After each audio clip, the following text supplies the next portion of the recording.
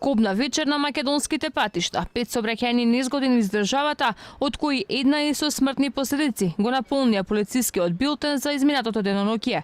Најфатална била сообраќајката кај Тетовска Бравеница, кога 22 годишен тетовец со возило БМВ удрило велосипедист на возраст од 61 година. Од стравичниот удар на лице место починал велосипедистот. Сообраќајни несреќи имало и во Крива Паланка, на регионалниот пат Маврово-Гостивар, во Куманово, каде со тешки телесни повреди завршиле 3 лица. Во Скопје вчера утрото потешко е повреден 40 годишен скопјанец, во него удрил Мерцедес, а возачот по несреќата побегнал со возилото. Сообраќајната несреќа се случила на булеварот Јане Сандански во 2 часа од утрото. Пешакот со тешки телесни повреди бил пренесен на клиниката Мајка Тереза. Полицијата се уште го бара возачот. Од Републичкиот совет за безбедност на сообраќајот на патиштата веќе алармираа возачите да бидат внимателни и одговорни и да не возат доколку конзумираат алкохол за време на новогодишните празници.